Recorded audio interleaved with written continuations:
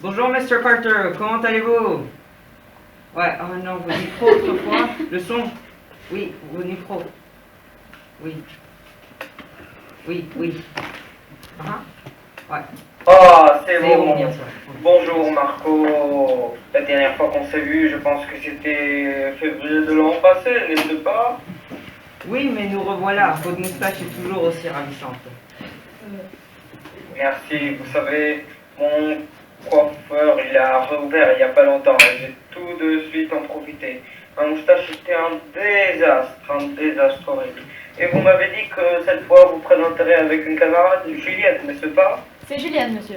Ah, Juliette. Alors Marco m'a envoyé un mail il n'y a pas longtemps, un peu plus d'un mois, et m'a dit que je fasse un exposé sur les énergies renouvelables. Alors commençons par le sommaire. Attendez que je... Oui, alors d'abord on a la problématique, après on va entamer les hypothèses, avec la liste des énergies nécessaires à la vie et au travail des scientifiques, avec les listes de systèmes dont ils ont besoin pour travailler. Simple. Après la solution, je vais vous donner une chaîne d'énergie. Et on va finir par une conclusion. Rien de trop compliqué. Régime très simple. Excusez-moi. Et oui, qu'est-ce que vous allez dire? Excusez-moi, mais à quoi ça sert les points d'interrogation? Ah oui, ça. Je vous prépare une petite surprise. Monsieur, si je ne me trompe pas. Mais laissez-moi arriver jusqu'à là d'abord. C'est normal. Oui, c'est Il n'y a pas écrit là, il n'y a même pas écrit. Et je vais la développer. Si vous voyez ici, attendez, je vais à la diapositive. Les biologistes sur le terrain et tout ça, ils doivent faire leur étude, prendre une douche, faire des recherches sur un ordinateur et manger tout sans perturber l'écosystème. Et pourquoi ça? Parce que sinon, ils mettent en danger la vie de ces petits animaux. Et on ne peut pas faire ça. Ils sont juste trop mignons. Regardez ces yeux. Et c'est pas trop cru.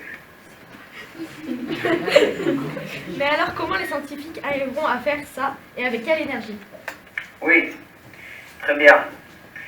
Je vais justement vous expliquer ça aussi. Vous voyez, je vais développer sur 4 énergies spécifiques.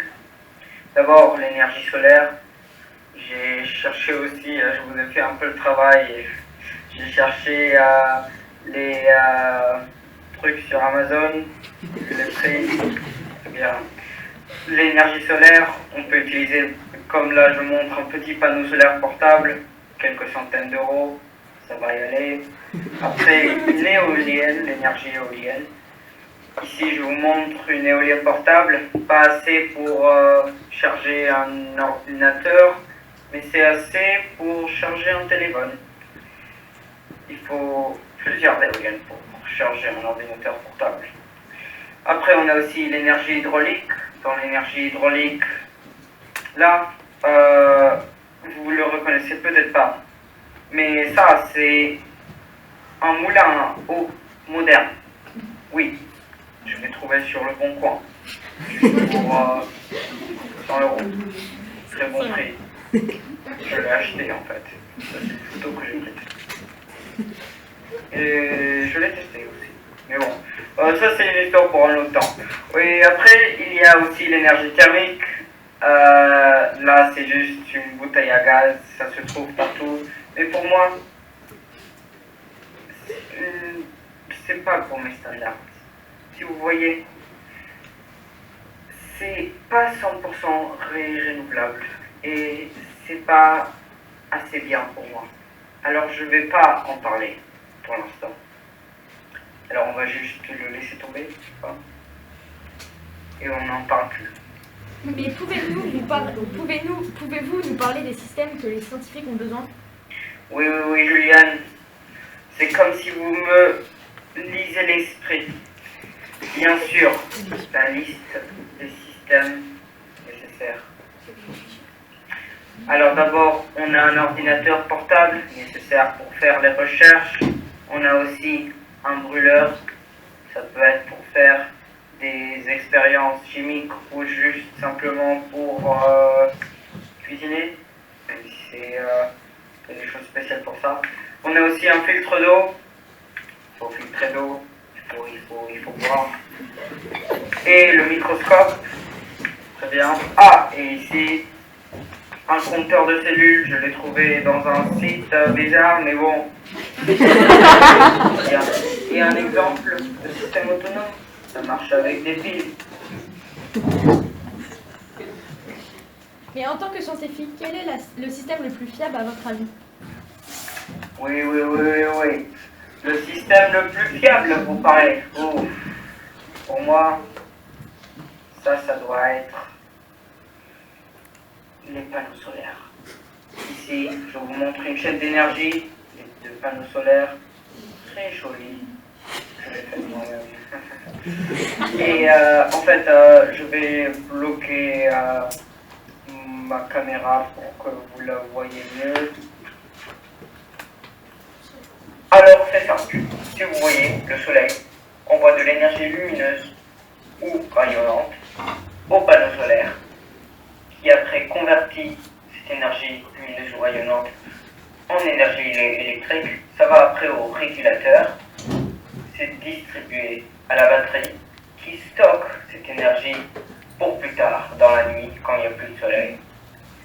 Et après, cette énergie électrique, finalement, va au convertisseur qui transmet cette énergie à tous les appareils électriques dont ils ont besoin.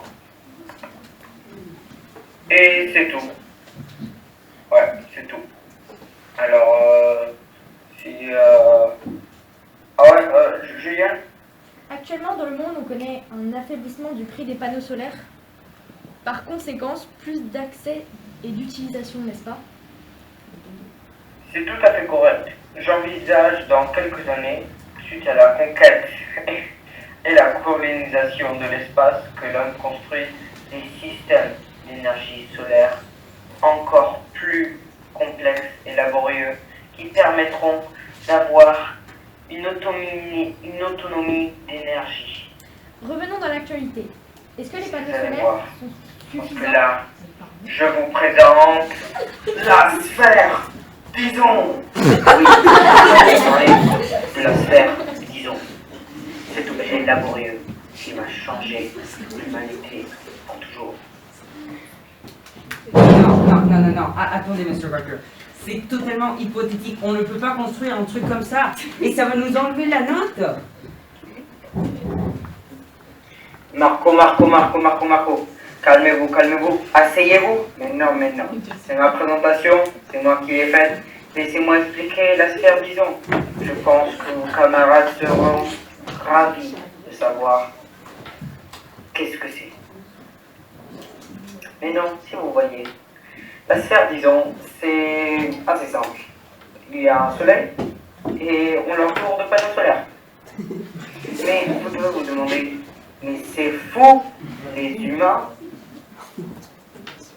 on ne peut pas construire tellement de panneaux solaires.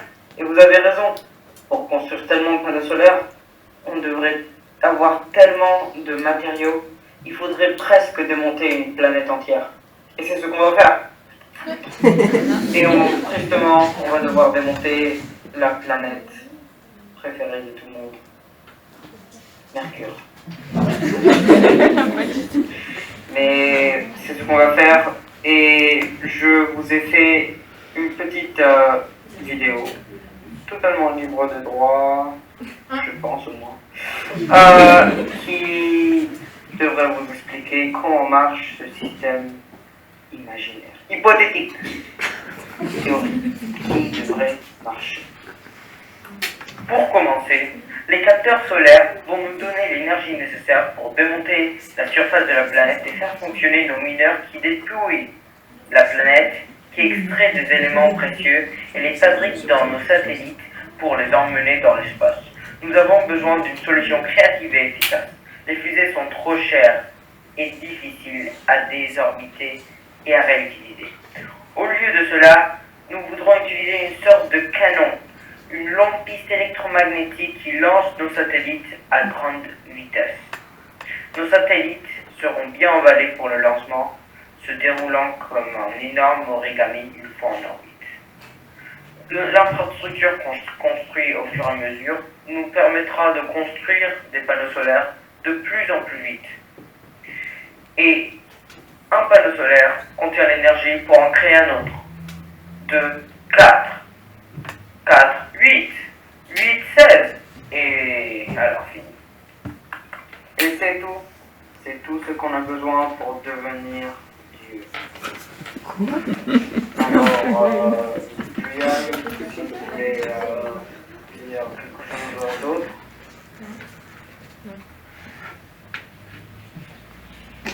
C'est pas à moi de parler pour une fois. Les panneaux solaires ne sont pas encore assez puissants ni à l'échelle pour répondre 100% des besoins des scientifiques. Mais un grand progrès est fait dans ces dernières années. Et la société se penche de plus en plus au développement durable et à répondre aux besoins énergétiques dans le respect de l'environnement. Comment le montre l'accord signé entre les nations lors de la conférence des Nations Unies COP21 à Paris en 2015. Les gouvernements ont fixé un objectif de contenir l'augmentation de la température mondiale à un niveau inférieur à 2 degrés Celsius. Et je pense que ce sera tout. On a tout vu. Et maintenant, on peut passer à nos sources. Moi, là, je serais ravi de répondre à vos questions, mais c'est juste que là, dans 10 minutes, j'ai une réunion avec mon chef, alors souhaitez-moi bonne chance. Ou sinon, bonjour. Au revoir, Marco. C'était un honneur d'être avec vous. Et au revoir. Oui, au revoir. Ouais. Travaillez bien. Ouais. Et au revoir. Oui. Oui. Comment on est tard? Au revoir. Oui. Alors, c'était ça.